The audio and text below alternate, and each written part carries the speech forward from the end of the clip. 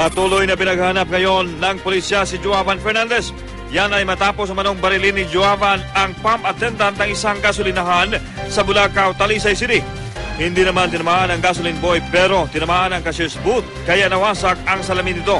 Nagalit umano si Joavan nang tinanggihan siyang bigyan ng gasolina dahil sagad na ang credit limit ng kanyang credit card. Sa ngayon, natatakot ang mga empleyado ng gasolinahan na balikan sila ng suspect. Ito raw kasi ang ikalawang beses na nasangkot si Joavan sa halos kaparehong insidente. Marso noong nakaraang taon, sinapak din umano ni Joavan sa unang isang pampatindan matapos siyang tanggihan na kargahan ng gas. Pero hindi pa siya nakukulong dahil kadalasang umaatras sa kaso ang mga nagrereklamo laban sa kanya. Dakpon yun, i-punish. Kaya mga rehabilitation reformation will come in later. Hindi nagpa-unlock ng panayam si Mayor Fernandez pero inamin niyang ampo niya nga si Joavan.